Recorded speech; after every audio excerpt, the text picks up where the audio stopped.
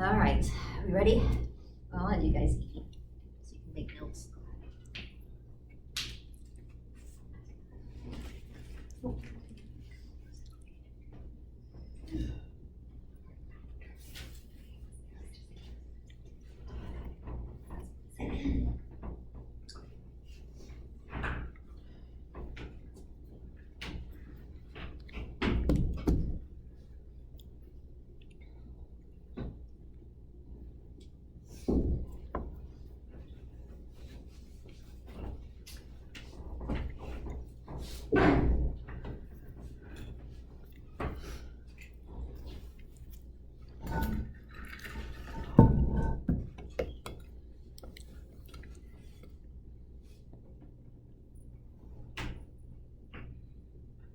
Wait, the test remediation we have one to do every week? In week 9, you take the test. Oh, okay. Then I don't remember what week you have to have that done and take the second test. I'd have to pull up the schedule. Okay. So wait, the test and remediation is due the 9th or week 9? Okay, just the test. Okay.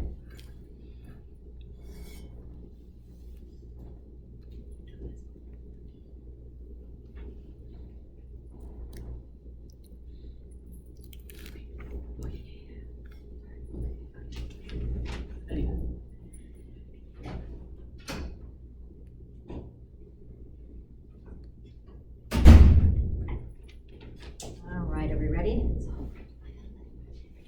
I'm in chapter 7, starts on page 127. Antepartum assessment and care.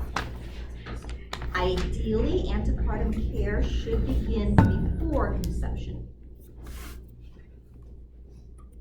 Okay, so we should start trying to treat ourselves like we're pregnant before we are.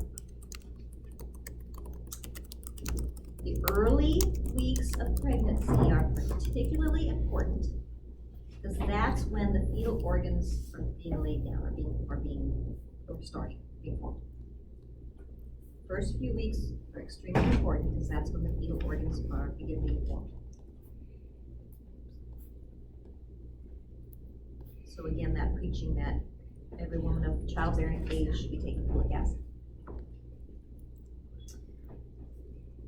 After pregnancy, remember after delivery, we give a couple injections, MMR and varicella. Well, we give the rubella after. And then the teaching is they should not get pregnant for a month after they get those shots.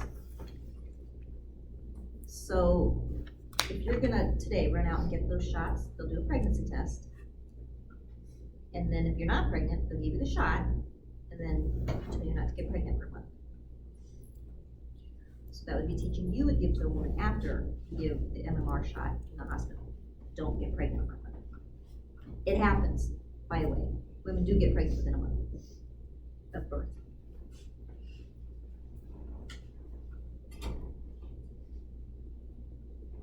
I'm not going to ask you exactly how much folic acid to take. Let's see. Up on top, second column, page 128, it breaks down the gravida, para, abortions, like at what age is it a para?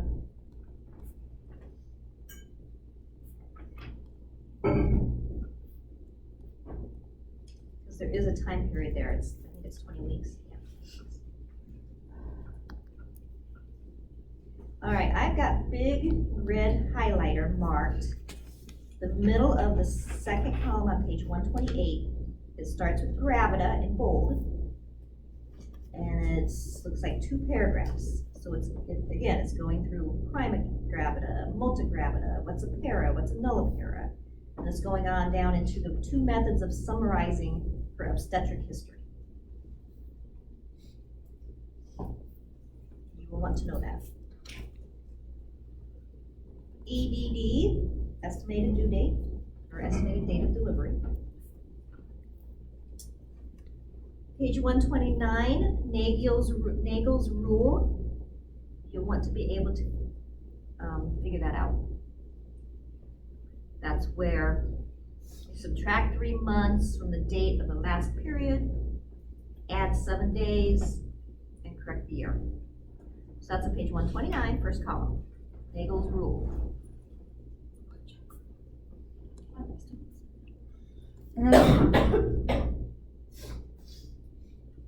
Now, yes, I'm gonna make you figure that out, but there are pregnancy wheels, I'm sure you've seen them up on your clinical, right? Oh, maybe not, because they're already pregnant. There's these wheels and you turn it, okay, last menstrual period was here, so then it gives you an arrow to when the due date is gonna be. It's just a wheel. That's kind of cool.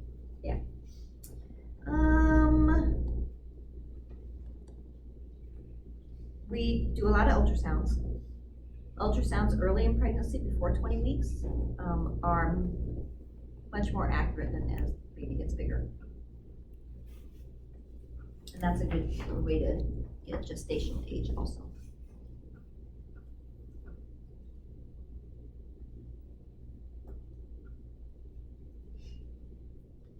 All right, top of 129, second column. Studies have shown no increased risk for congenital malformations when women conceive while using hormonal contraceptives.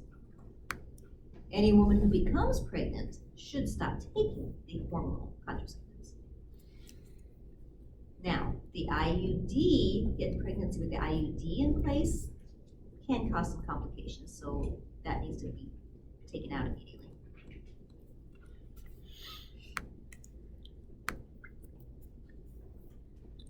Medical and surgical history. Of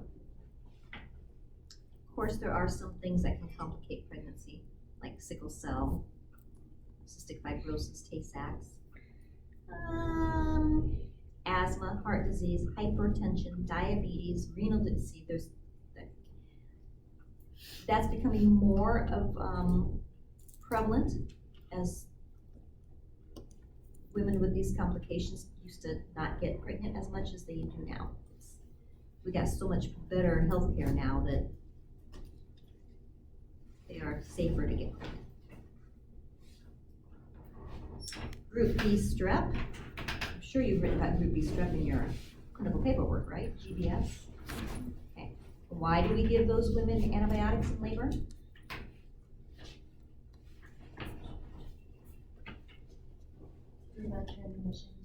Yeah, it's for the baby. I don't care that mom has it, but I don't want the baby to get it. It is true that they should not be changing cat litter. Look at the family history for genetic abnormalities. Page 130. A nurse may notice a normal decrease in blood pressure during first and second trimesters, which normalizes by the third trimester. Respiratory rate goes up in pregnancy. Seems like a lot of stuff we've already talked about, doesn't it? See, there's a lot of repeat. Venous congestion. Joints have increased mobility. Seen a lot more obese women getting pregnant also. And that can cause some complications. Hyperreflexia can be associated with complications in pregnancy. Just a lot of stuff that was in a previous chapter. Can be a trace amount of protein, but it shouldn't increase in the urine. Trace amount of protein in the urine.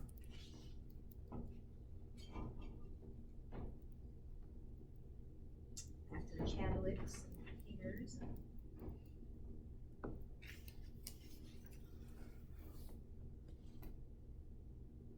On page 132, table 7.1, common laboratory tests.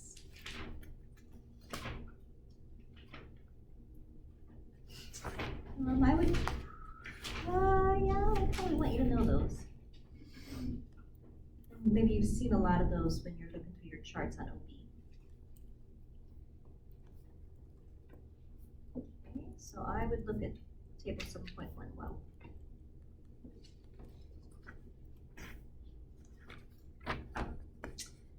Table 7.2 on the next page, let's see. You might want to know the RBC, difference between pregnant and non-pregnant. Hemoglobin, which of course with hemoglobin becomes hematocrit. White blood cell, we talked about that. It isn't even going up high up there. Anyway. Platelets. I would probably stop at platelets. Okay, so the first part of those.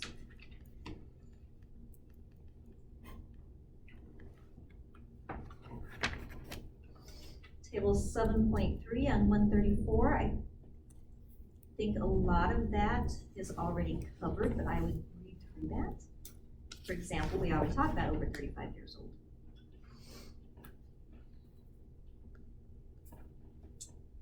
Height, under 5 foot. Ooh, got past that. Barely. All right, so let's see. A lot of repeat stuff here. Quickening, what was that? Fetal movement. First noticed usually 16 to 20 weeks.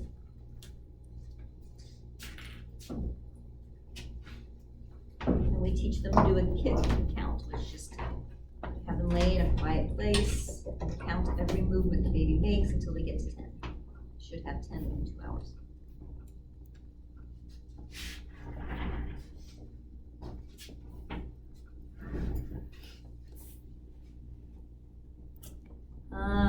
Isoimmunization, that's that whole ROGAM thing. So you want to refresh your memory on the whole ROGAM.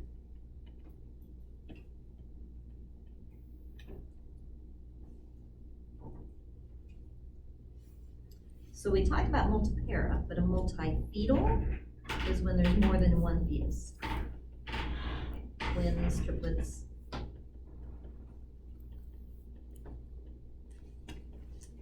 Who is more likely to have those? Advanced maternal age, family history, antepartum care. Of course, we're going to have more. So, multifetal comes with its own complications. More common to have preeclampsia, preterm labor. I mean, this is at the bottom of page 136, the last paragraph. Preterm birth is the most frequent complication in multifetal pregnancies. Good thing to know.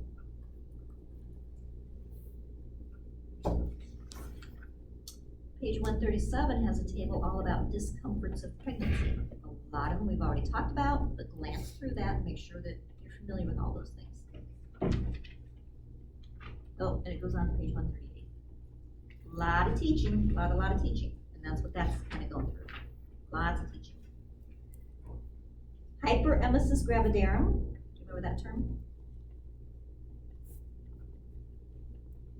So that's just morning sickness on steroids. Well, okay. A lot of morning sickness. Too much morning sickness. There's morning sickness, and then there's just this excessive vomiting, dehydration, weight loss.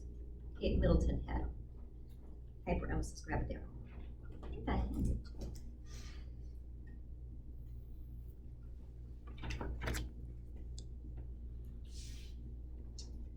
Intestines slow down. Iron supplementation increases the constipation.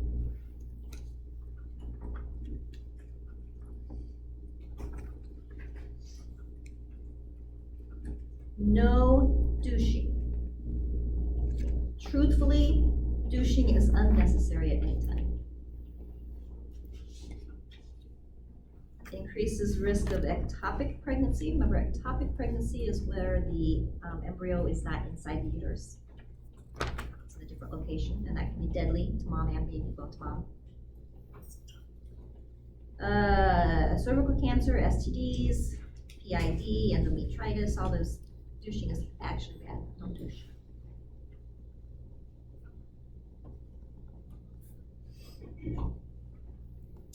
Exercise tolerance is often decreased, but mild to moderate exercise is generally not a problem.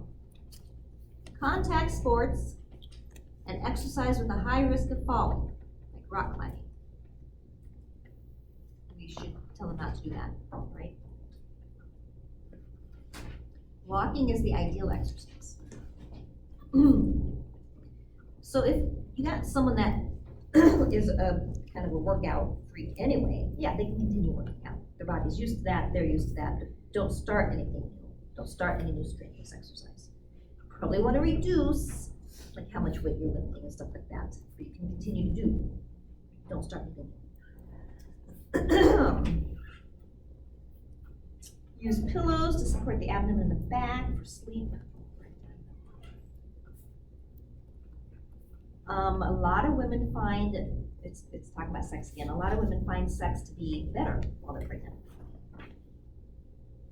Elevate the feet, teratogens, travel. No more than 6 hours of car travel is recommended a day during pregnancy. So if you gotta be in the car for a long time, stop to walk every 2 hours.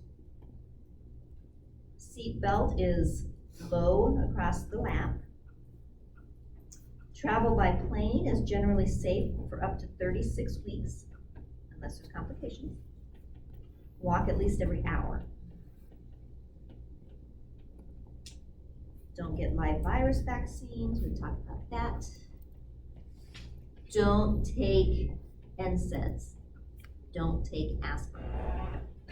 So, no ibuprofen.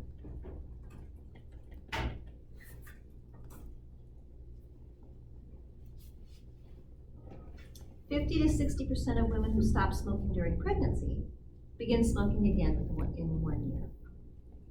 That's just kind of quitting smoking in general, right? That's a hard thing to stay off of. Alcohol is a leading cause of intellectual disability in the United States.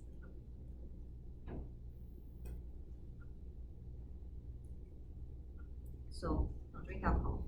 Problem is, drinking alcohol before you know you're pregnant, right? That's the problem.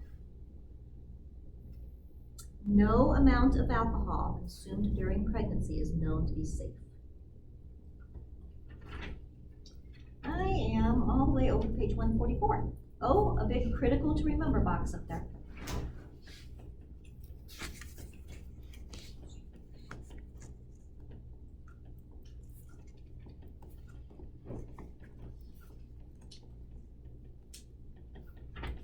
Talks about education classes.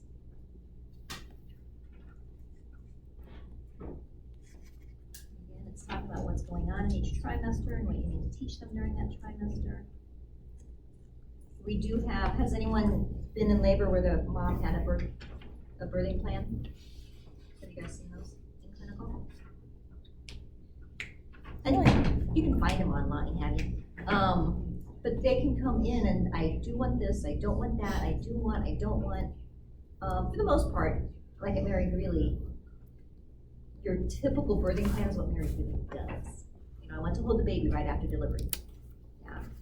I don't want the baby to leave my room unless blah blah. Yeah. I don't want an episiotomy cut unless it's absolutely necessary. Yeah. You know, I want my support person in the room with me. Yeah. Those are birth plans. Now, sometimes you get crazy birth plans where I've seen them. If they have to have a C-section, they do not want any anesthesia. And the OB doctor will say, we'll have to talk about that one if that comes up, because we're not gonna cut through your abdomen without anesthetizing you somehow. Do not offer any pain medicine. That's a popular one, and I like that one, because labor nurses do tend to push pain medicine. And when you're in a little bit of pain, it's awful easy to say, oh yeah, give it to me. So a lot of women don't offer it. They'll ask for it if they want it. That's kind of weird. This is not proven, this is not EBP, but labor nurses will tell you the more complicated the birth plan, the more likely they're gonna have a C-section. The theory is, if they are so uptight that they have to bring in 3 pages about how they want their birth to go, their body is not gonna relax to give birth. They're too anxious. And the body cannot do what it needs to do. That's just a theory. None of it's proven. I had a mom a few weeks ago who wanted to catch her baby. Like Yeah. wanted to. It didn't happen. I've seen it happen, but yeah, it's kind of difficult. Oh, I saw one time. The midwife was like, no. The doctor, the OB doctor must have been friends with the father. I don't know, maybe not. But when the baby was being delivered, the OB doctor told the dad that he could catch it, and the OB, of course, had his hands right under Dad's hands. But yeah, Dad was able to. That was kind of cool. And I digress. Some of the dads have been terrified to even look at the baby. Like, Or, they got the baby laid out here, brand new baby, looks great. And the doctor says, hey, you wanna see the placenta? Boom, Dad's gone to look at the placenta. Really? Really? The placenta over your baby? Come on. is it a thing that like men can't tolerate the smell of the epidural? I don't know what it is about the epidural. I always thought it was the length of the needle, but that's the number one time a man will faint. Yeah, the doctor I was watching him give the epidural, he's like, Dad, you're gonna have to like step out for a second or like watch from a distance. And Dad was like, why? And he's like, because most men can't tolerate like the smell of the medicine, and it makes them I don't know faint. what it is. I didn't know what it was. That was very interesting. I was like, Because they do, man. You see them in videos all the time, birthing videos, where they're giving the epidural and you can see in the video the dad goes down. And quite frankly, we're gonna step over your passed out body because it's all Yeah, about no the one woman in the has- bed. sterile. And the baby is All right, page 150. Look at this great big table. It is methods of pain management taught in childbirth classes. Do go through that. Don't be overwhelmed by it because some of it is very, very like hydrotherapy, a shower. Okay, so do go through that. It's not as intimidating as it makes looks. All right, that's it for chapter 7. Time is 10:08. Chapter 8, nutrition. The big thing I want you to know about nutrition is how much weight they should gain. Your women that are very underweight when they get pregnant, how much should they gain? Your obese patients, how much should they gain? Those are and folic acid and healthy eating, but I don't think any of that's real new to you.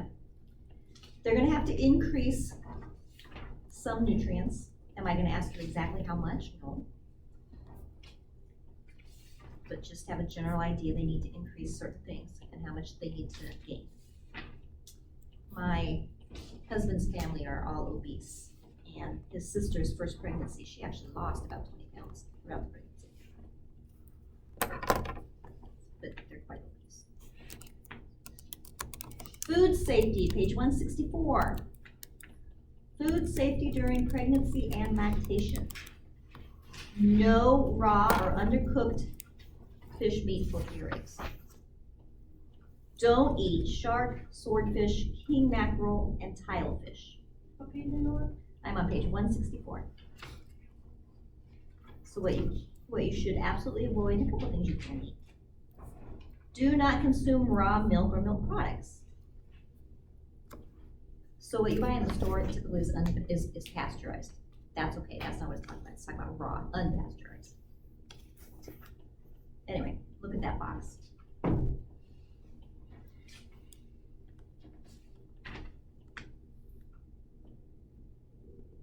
Maybe some teaching like for people in poverty, how we can help them. There's a great program called WIC, Women, Infants, and Children, and maybe you come across that in PEDS. Nausea and vomiting of pregnancy and how we might be able to treat that. Anemia is a common concern during pregnancy. So again, when we're talking about nutrition, what can we do about that? Pica, what's pica? Eating things that are not food. Yeah. Or nutritious. I ice chips, ice is considered pica. That is weird. So eating things that aren't like Tide Pods, that's pica.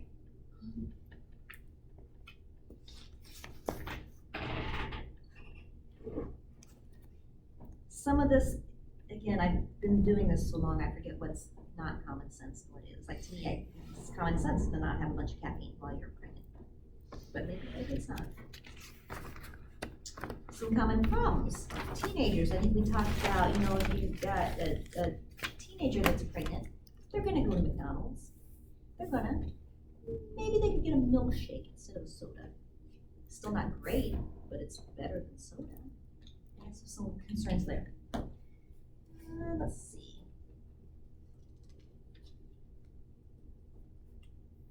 Some like vegetarians and vegans, they might have to take extra supplements. You might have to get a dietitian on board. Remember, constipation is a problem, so we're gonna hype up the fiber. All right, that's the end of chapter 8. So again, glance through it, you know the weights they should gain. And I think it's probably time, isn't it? It's 10:12. Is this helpful to narrow down what to study? Yes. Okay. It's too much like lecture to me.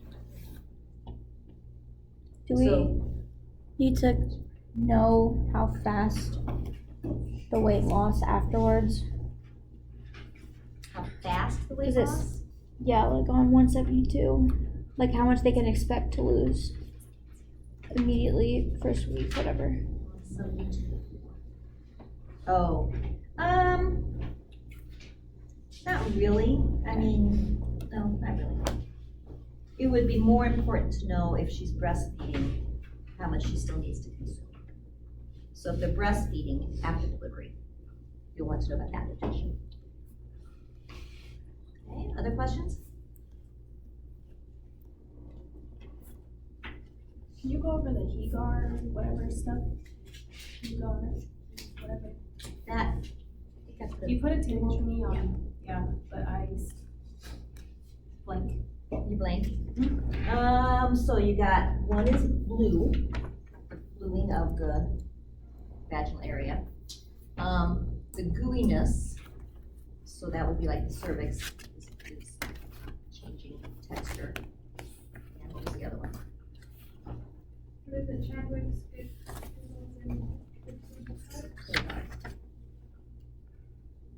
Has to do with the discharge, vaginal discharge. Thickness of vaginal discharge.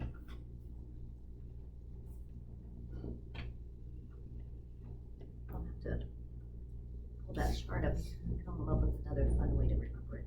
You had something on there like, hey, something. That Hey, hurts. yeah, G for gooey and C for color.